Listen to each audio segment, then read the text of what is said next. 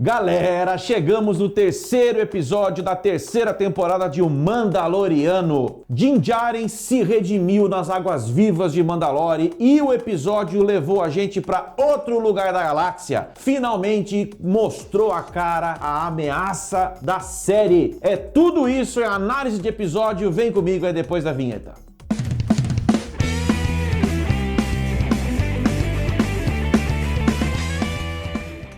E aí galera, Spótico na área, que a força esteja com cada um de vocês.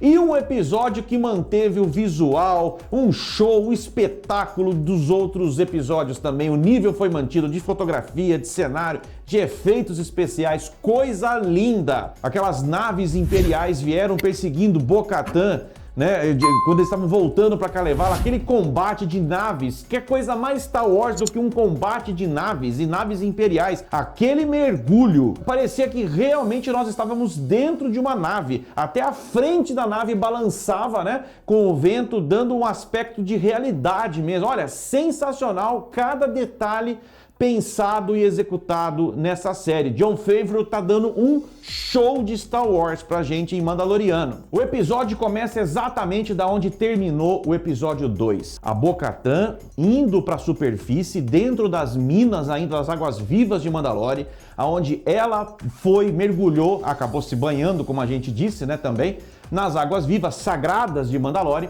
para resgatar o próprio Din Djarin que estava lá no fundo, né, que foi puxado, foi sugado para baixo. E na volta, vocês se lembram que ela viu aquele bichão, o mitossauro lá, né, que olhou para ela e ela se assustou toda, aquilo mexeu com ela. Tanto é que ela ficou cismada, né? Ela ficava toda hora olhando para a água, vendo se o bichão não ia sair ali atrás dela, e não saiu. Como estava desacordado, o próprio Din Djarin foi questionado por ela e ele também não viu nada. E por alguma razão, ela não quis contar sobre o que se tratava, né? Ela não quis contar para o Din Djarin que tinha um mitossauro dentro das águas vivas de Mandalore. E os dois saíram dali devidamente banhados e devidamente redimidos, como deve ser. Saindo de Mandalore, retornando a Kalevala, aí aconteceu o embate que eu falei no começo. Naves imperiais vieram atrás de Bo-Katan, perseguindo, segundo ela, porque ela já roubou demais gente do Império, então os caras estavam perseguindo ela. Poucas naves no começo, depois uma frota inteira atrás e os Mandalorianos lutando com as suas naves também, usando todas as suas táticas de combate em voo. Olha, coisa sensacional mesmo foram essas cenas em Kalevala, o próprio castelo explodindo, o castelo do clã Kryze, né, da família Kryze real, né, da família de Bo-Katan, e ela vendo a casa dela sendo destruída, ela resolve aceitar a ajuda então do Din Djarin e eles saem dali para outro lugar. Eles usam o hiperespaço para fugir e eles vão pro esconderijo deles em outro lugar, aonde está a armeira e aonde está boa parte dos Mandalorianos exilados de Mandalore depois do Purgo. Purgo, se você não sabe, esse termo já apareceu algumas vezes, foi a destruição, né, de Mandalore, o Império expulsando os Mandalorianos e os caras levantando todas as notícias possíveis e imagináveis. Notícias essas catastróficas de que Mandalore era um planeta totalmente tóxico, um planeta morto, um planeta amaldiçoado, sem vida nenhuma, com as águas vivas já virando lenda porque foram totalmente destruídas pelo Império. Todas essas notícias caíram na cabeça dos Mandalorianos, que ficaram exilados acreditando nisso, que o lar deles não existia mais. Mas o retorno de Din Djarin, redimido, trazendo a prova disso, que dentro de um tubo, um pouquinho das águas vivas de Mandalore, trazendo para a armeira ver, junto com a Bo-Katan, não só foi a prova de que ele conseguiu se redimir, mas é a prova de que Mandalore ainda existe de alguma forma, né? Destruída, precisando de reconstrução, mas está lá. Os Mandalorianos ainda têm um lugar para chamar de seu. Mandalore ainda pode ser a casa dos Mandalorianos. O outro núcleo mostrado nesse episódio foi em Coruscant, o planeta que praticamente é uma cidade só. O planeta todo é uma cidade só. É a capital, mas um planeta importantíssimo, é praticamente o centro da galáxia. Durante muitos e muitos anos foi o centro da Primeira República, depois se torna o centro do Império e agora na retomada o centro da Nova República. E está sendo muito bacana nessa série a gente ver que tudo o que aconteceu depois do episódio 6, né? Tudo bem, os caras derrotaram o Império, mas e daí? A gente só foi ter depois disso o episódio 7, né? 30 anos depois, e já com uma outra roupagem, o Império com uma outra roupagem. Então, o que aconteceu nesses 30 anos? É isso que a série está preocupada em mostrar. E nós vimos que existe em Coruscant uma espécie de pátio, né? Não tem os pátios dos órgãos de trânsito que pegam carros batidos, recolhidos?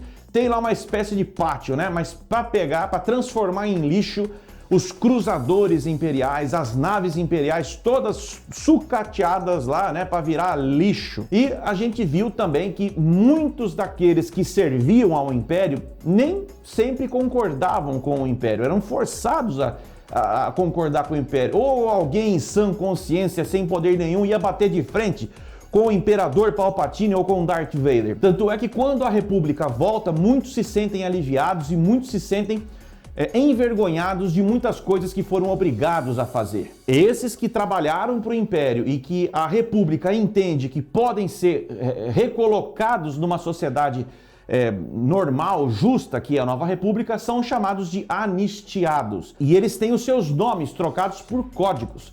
Foi o caso, por exemplo, da ex-comandante das comunicações do Império, a G68, que depois ela se apresenta para o doutor, para o cientista, como Elia Kane, né? Se apresenta para o Pen Pershing, doutor Pen Pershing, né? Que tem toda uma pesquisa voltada para clonagem e era muito importante. Ele trabalhava dentro da nave do Moff Gideon. Ele foi então anistiado, ele foi recolocado para servir a República. Mas aí que tá, os caras a princípio colocaram ele para fazer servicinhos que, olha, nem de longe fazem jus à capacidade, ao intelecto desse doutor, que a grande fissura da vida dele, o grande desejo da vida dele é dar sequência à pesquisa dele de clonagem, mas agora a serviço da República, não mais a serviço do Império. Mas ele começa a mostrar insatisfações porque é proibido, dentro de Coruscant, na Nova República,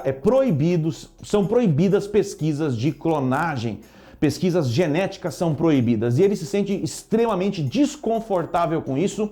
E quem percebe isso é a G68, que é a Elia Kane. Ela começa a se aproximar, ela começa a fazer amizadinha, começa até a mandar presentinho, né?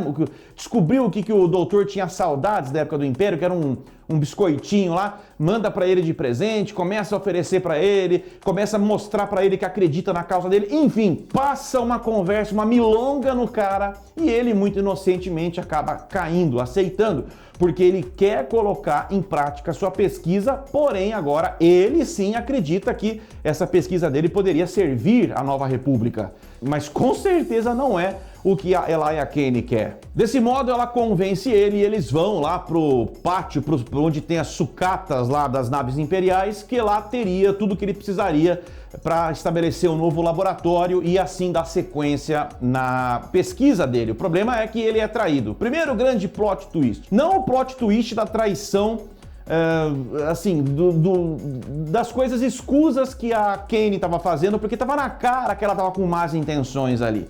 Mas eu só não imaginei que ela fosse trair o doutor naquele momento. Eu estava achando que ela ia conduzir o doutor, eles iam até conseguir voltar, e no decorrer da série ela ia mostrar as garrinhas dela de uma outra forma. Mas não, ela já mostrou imediatamente. Então ela já tinha mandado um fio lá para os comandos da Nova República de que tinha um traidor, alguém mal intencionado entre os anistiados. Ela armou a arapuca, a armadilha para cima do Dr. Pershing. Quando eles estão fora então do cruzador, a polícia da Nova República chega e leva só ele. E não leva ela porque tinha sido ela quem tinha armado toda a situação. Ela leva o doutor pro ceifador de mentes lá, né? Aquela máquina do Império, né? Onde aquela máquina tinha a capacidade de apagar memórias, modificar os pensamentos, modificar a mente da pessoa.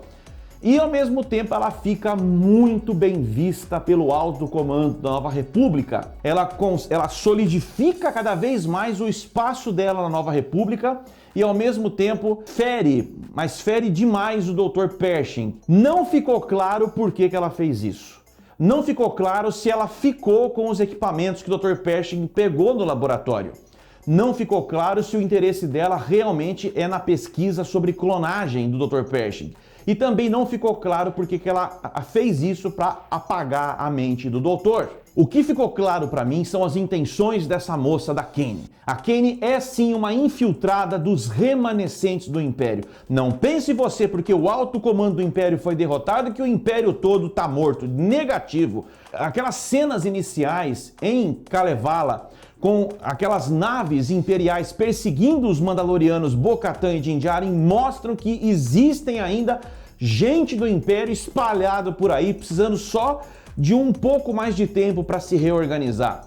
Essa moça, a Elia Kane, ela está sim a serviço do Império, mas não sabemos exatamente o que ela está pretendendo fazer. Mas a gente cobrava que a série não tinha mostrado ainda o grande vilãozão. Daí, a Elia Kane é uma infiltrada do Império, portanto, não acredito que seja ela uma grande vilã, sim, mas a infiltração dela dentro da Nova República só mostra que a bola da vez continua sendo o Império, mas de um jeito diferente. Buscando novos líderes, buscando novas pessoas que possam reorganizar esse Império para que ele possa, mais uma vez, suprimir a Nova República. E se converter na Primeira Ordem, lá do episódio 7, que acredito que tudo isso que está acontecendo agora só pode ter um caminho, que vai ser culminar na criação de uma nova ditadura sob o nome agora de Primeira Ordem. Sobre o título do episódio, O Convertido, eu acho que a gente pode dizer o seguinte: eu não acredito que o nome do episódio esteja se referindo ao Mando, né, ao Din Djarin, porque o que ele buscava era a redenção e isso ele conseguiu se banhando nas águas vivas de Mandalore. Mas ele já era um convertido, ele sempre acreditou, ele nunca deixou de acreditar na religião mandaloriana, nos costumes, nas tradições de Mandalore. Mas a Bo-Katan, sim. Ela disse no episódio, ela disse lá na caverna para Armeira que ela não seguia mais o caminho, mas ela tá modificada, ela tá mexida, tá na cara isso. Quando ela mergulha nas águas, ela sabe que também ela se tornou uma redimida. E ela sabe que ela não tem mais casa. O castelo da família Kryze foi totalmente destruído. E lá, ainda que não fosse destruído, ela ficava numa solidão tremenda. Pelo menos agora ela está redimida, ela foi aceita mais uma vez por todos os Mandalorianos, pela tradição e pela religião mandaloriana. Ela tem uma família novamente, isso mexeu demais com ela. Desde o momento em que ela mergulha atrás do Din Djarin para resgatar o Din Djarin, ela nunca mais tirou o capacete. Você reparou nisso? Ela fica com o capacete e não tira mais como deve ser. Inclusive como deve ser, que ela não falava de jeito nenhum, esse mantra mandaloriano, ela começa a falar nesse episódio. Interessantíssimo, de repente o convertido pode ser a convertida. E numa outra dimensão também, o Dr. Pershing estava também demonstrando pra gente que estava se convertendo aos ideais da Nova República. Mas agora, depois de passar pelo devorador de mentes, né, essa máquina aí do Império, e ter a sua mente toda remexida, nós não sabemos exatamente como a cabecinha do Dr. Pershing vai estar para a sequência da série. Se realmente ele é um convertido à Nova República ou se ele vai bandear para outros ares, né? Espero que não seja para o Império. Se você chegou hoje no canal, seja muito bem-vindo. Deixa aqui a sua inscrição. Se você não está inscrito ainda, ativa o sininho para não perder nenhum vídeo e junto com toda a galera, capricha nesse like aqui, esmaga o like aqui embaixo, que é muito importante para o canal e para o YouTube saber que você está gostando dos nossos vídeos. De resto, eu espero que você esteja muito bem, continue muito bem e a gente se vê no próximo vídeo. Spótico na área.